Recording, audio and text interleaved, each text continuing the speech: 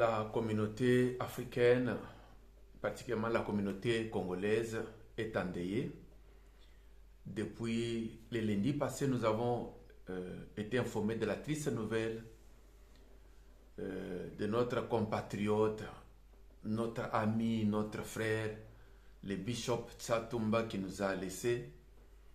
Que son âme repose en paix et nous profitons aussi de l'occasion pour présenter nos sincères condoléances à toute la famille, les amis et toute la communauté congolaise. Chers amis, vous êtes bel et bien sur votre chaîne Parlons mariage, parlons famille avec votre humble serviteur Pasteur Willy Kayembe. Nous venons avec cette triste nouvelle pour que nous puissions quand même tirer des leçons. Mais avant d'entrer dans le vif de notre sujet, n'oubliez pas de vous abonner, de partager aussi, de liker. J'en profite encore dire merci, un grand merci à vous tous qui vous êtes abonnés à notre chaîne. Et ça nous a encouragés et continuez, nous sommes ensemble. Pour ceux-là qui ne sont pas encore abonnés, abonnez-vous, abonnez-vous. Abonnez-vous s'il vous plaît, ça nous fait du bien et aussi partagez. Vos commentaires aussi sont les bienvenus. Lorsqu'il y a un cas de deuil, comme il est écrit même dans la parole de Dieu, que mieux vaut aller dans la maison de deuil que d'aller dans une maison de fête, parce que là où il y a le deuil, tout un chacun prend le temps de raisonner. Il est vrai que nous ne sommes pas allés là où il y a le deuil de Tchatumba, mais au travers les réseaux sociaux, c'est en quelque sorte aussi le deuil.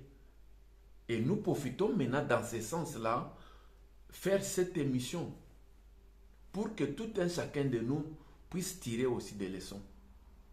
Il est clair que lorsqu'il y a le départ, lorsqu'il y a un héros qui est tombé, que ce soit dans la Bible ou en politique, il y a toujours des leçons à tirer. Nous tirons aujourd'hui des leçons de Lumumba et on parle de lui. Il est mort, mais il est vivant.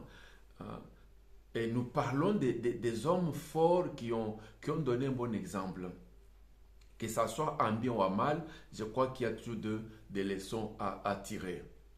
Tchatumba est bien connu dans les milieux ecclésiastiques, c'est-à-dire il était un pasteur, serviteur de Dieu, et qui avait une église en France. Il est arrivé un moment où il s'est donné à la politique et il a accepté de retourner en RDC Congo. Tchatumba est connu dans les milieux des réseaux sociaux parce que c'est quelqu'un qui était aussi actif dans ces milieux-là. Pour ceux-là qui ne le connaissaient pas, ce n'est pas grave, ce n'est pas un problème, mais je crois que ce qui est très important, c'est suivez-nous, écoutez ce que nous allons parler. Je crois que ici, ça concerne nous tous. Par cette disparition de notre compatriote Tchatumba, il y a certaines personnes qui se sont posées des questions ou certains qui se sont dit à quoi bon retourner? Est-ce qu'il faut retourner? Peut-on retourner au pays natal pour y travailler ou pour passer la retraite? Parce que nous voyons ceux-là qui retournent, ils y meurent. Je crois que pour certaines personnes, ça devient un blocage pour dire nous voyons des gens qui retournent mais qui meurent. Là, je commencerai par dire ceci. Dès le commencement, même à la création, le Créateur, Dieu l'Éternel, Elohim a dit ceci, parce que l'homme qui est sorti de la poussière et de la poussière tu retourneras. Alors nous comprenons que l'amour au départ, c'est l'accomplissement même de la parole de Dieu. Ça, c'est un élément d'abord très important, que ce soit pour les croyants ou non-croyants. L'amour, c'est pour nous tous. Mais il y a un autre raisonnement, que ce soit ceux qui sont en Europe, ou ceux qui sont en Afrique, ceux qui sont aux États-Unis, en Asie. Mais l'amour est partout. N'est-ce pas, dans 2025, il y a des gens qui sont morts en France, les gens qui sont morts en Allemagne, en Belgique, qui ont été soignés dans des hôpitaux de marque, de qualité. Troisièmement, nous disons, Comme David l'a dit, ô Éternel, ma vie ou ma destinée est entre tes mains. Alors nous comprenons que la destinée de tout homme est entre les mains de Dieu. Qu'on soit en Afrique, qu'on soit en Europe, en Amérique, si c'était destiné que tu meurs ces jours-là, tu vas partir. Alors nous comprenons que là, ce n'est pas une raison, nous allons dire, parce qu'il y a des gens qui retournent, qui tombent, on ne va pas y retourner. Mais je crois qu'il y a quand même certains éléments, nous en parlerons dans la suite de notre programme. Si on veut retourner, mais il y a quand même des précautions, il y a aussi une préparation qui est nécessaire. Deuxième raisonnement ou deuxième question, on s'est dit comment accepter de retourner si le séjour en Occident est déjà à terme. Il y a certaines personnes qui acceptent de retourner au pays natal, mais leur séjour est déjà à terme. Vous qui me suivez, ne faites pas cette erreur. Il est toujours souhaitable, au cas où vous voulez retourner au pays natal, d'avoir toujours un séjour dans votre pays où vous résidez. Et lorsqu'on retourne dans votre pays natal, il est toujours préférable d'avoir une assurance maladie, protection voyage. Il y a des personnes qui vivant à l'Occident, mais ayant leur séjour, ils ont ici l'assurance maladie. Lorsqu'ils sont tombés malades dans leur pays natal, ils sont vite rapatriés, ils sont vite transportés en Occident pour les soins nécessaires. Et ça, c'est déjà un élément qui est très important. Vous qui pensez retourner pour aller travailler ou pour une retraite, ne retournez pas sans avoir un séjour qui est à terme. Parce que certains sont retournés en Afrique, par exemple, ils ont connu des surprises à tel point que leur séjour était terminé. Ils sont partis avec peut-être un mois de séjour ou quelques jours de séjour. Mais à cause des surprises, ils ne pouvaient pas retourner, ils sont restés bloqués. Et là, c'est un élément qui est aussi très important. Troisième élément ici, c'est il faut toujours chercher à être en communion avec le Seigneur. L'Occident, ce n'est pas le paradis. Alors nous comprenons que ce soit en Afrique ou que ce soit en Occident, l'amour peut toujours nous surprendre. Mais et nous voyons que ce qui est d'abord très important, c'est de garder cette communion avec le Seigneur. Alors vous qui me suivez, posons-nous la question, quelle est ma communion avec le Seigneur? Est-ce que tu marches dans la crainte de Dieu? Est-ce que tu reconnais là où tu es tombé? Est-ce que tu prends le temps de prière? Est-ce que tu as déjà accepté Jésus-Christ dans ta vie? Ici, c'est un élément qui est très important parce que, bien-aimés, comprenez-moi très bien, le monde matériel où nous sommes est régi par le monde spirituel. Et lorsque vous retournez dans votre pays natal, vous avez laissé des amis, ainsi de suite, la famille. Les voisins sont là. Mais tout le monde n'est pas content de toi. Le monde spirituel agit aussi. Et sur cet aspect-là, il faut chercher à être en communion avec le Seigneur. Alors tu peux dire que l'ange de l'Éternel campe autour de ceux qui les craignent et les arrache de tout danger. Est-ce qu'il y a la crainte de Dieu dans ta vie? Pour que tu puisses aussi répéter cela. Devant les dangers qui sont devant toi, si tu es en communion avec le Seigneur va te protéger. Et là aussi, c'est un élément qui est très important. Quatrième question, ou quatrième réflexion, et quelles leçons les serviteurs de Dieu peuvent tirer? Pour ceux-là qui ont connu le bishop Tsatumba, sans aucun jugement, mais j'ai dit seulement quelles sont les leçons à tirer. Ici, je ne suis pas là pour commencer à retracer sa vie. Mais j'ai dit seulement, les serviteurs de Dieu doivent faire attention de la manière dont vous servez, de la manière dont vous parlez, de la manière dont vous vous comportez.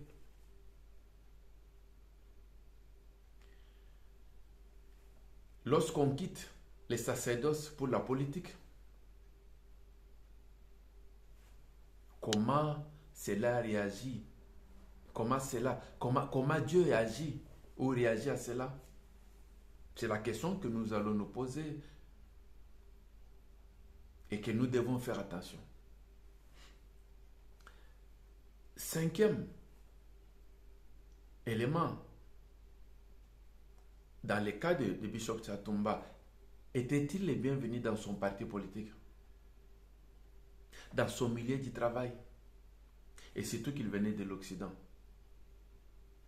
Ici, c'est un conseil, ici, c'est une réflexion pour dire, lorsqu'on quitte l'Occident et vous dites, je retourne au pays natal, vous êtes dans un parti politique.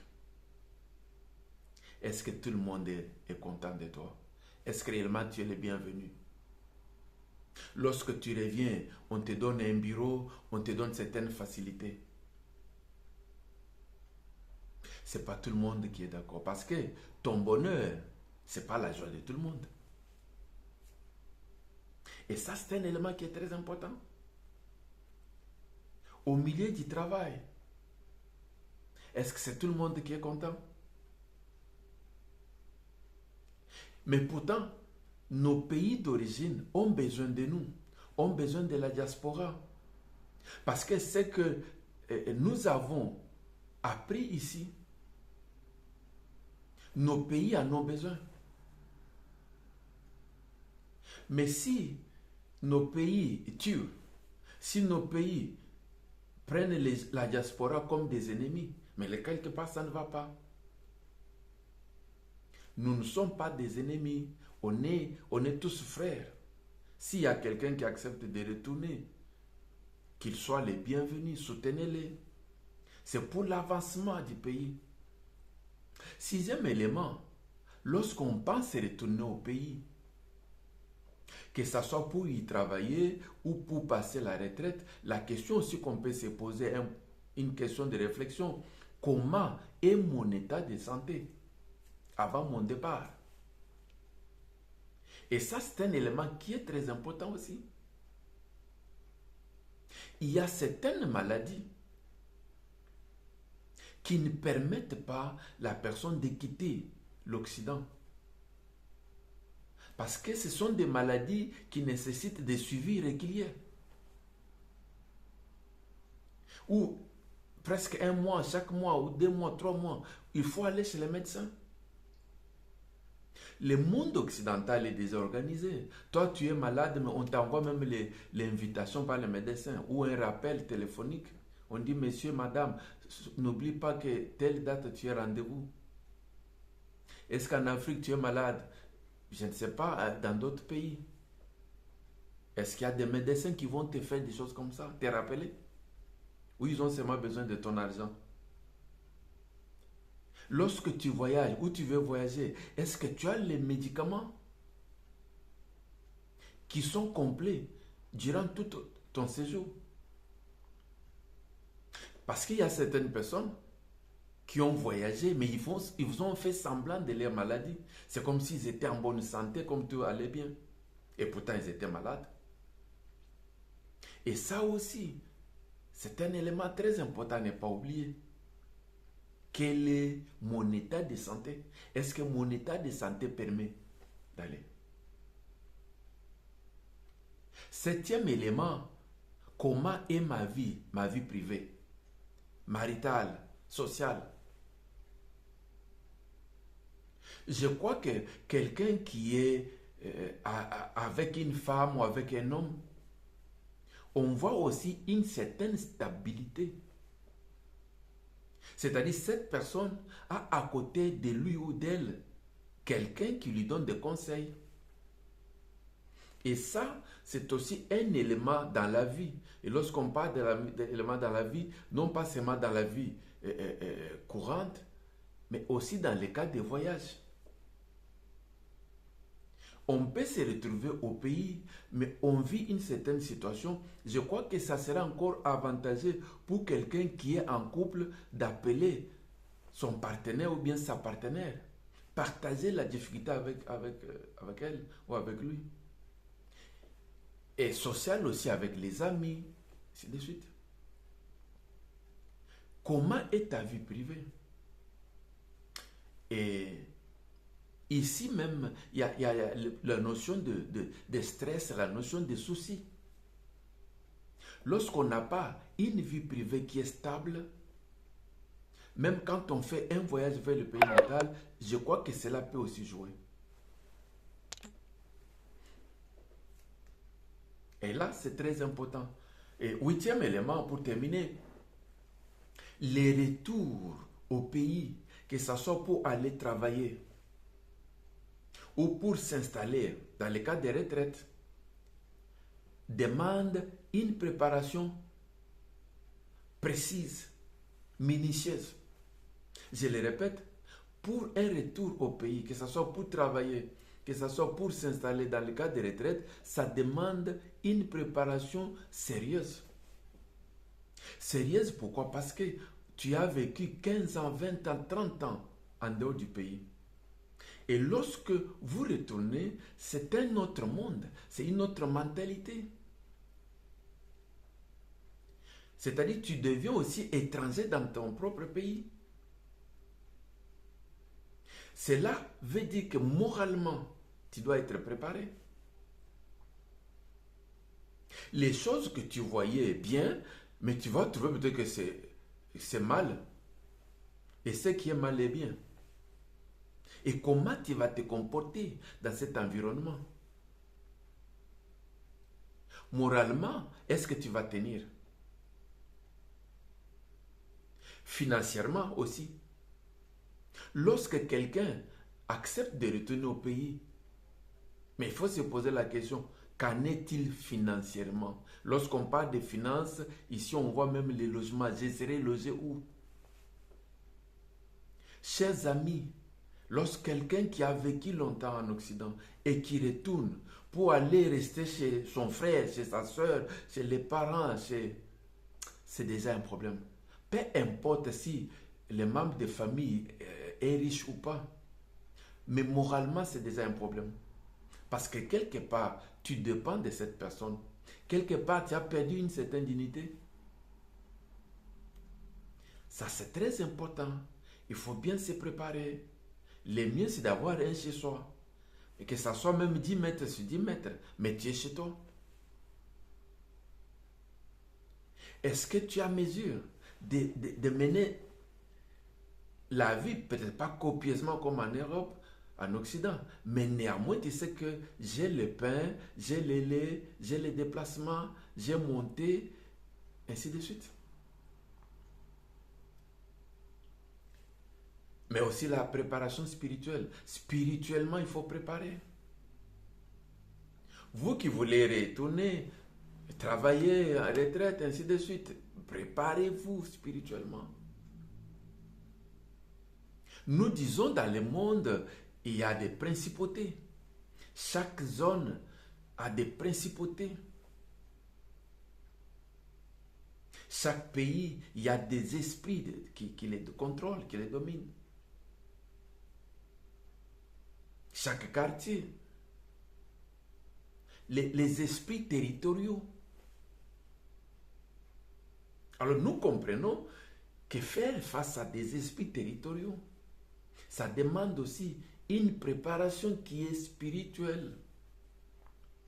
Est-ce que vous êtes préparé à ça? Une préparation physique. Physique, c'est-à-dire, tu arrives dans nos pays où il y a les embouteillages. Est-ce que tu vas tenir sous la chaleur de 38 degrés? Il fait tellement chaud que tu commences à transpirer. Tous les paquets là de papier mouchoir, c'est fini. Tu as tout épuisé. est-ce que tu vas tenir? Ou dans certains cas où on te dit les véhicules ne passent pas, là il faut aller à pied. C'est autant de kilomètres qu'il faut faire à pied. Est-ce que tu vas tenir? Physiquement, est-ce que tu vas tenir? Alors, chers amis, voici quelques 8 réflexions. J'en ai profité avec la disparition de Bishop Chatumba, que nous puissions réfléchir sur ces 8 points. Je crois que tout un chacun de nous a tiré des leçons. Nous attendons encore vos commentaires. Dites-nous quelque chose. Nous allons y revenir vers vous. N'oubliez pas de liker, n'oubliez pas de partager, mais aussi abonnez-vous, abonnez-vous. Que Dieu vous bénisse. Au revoir.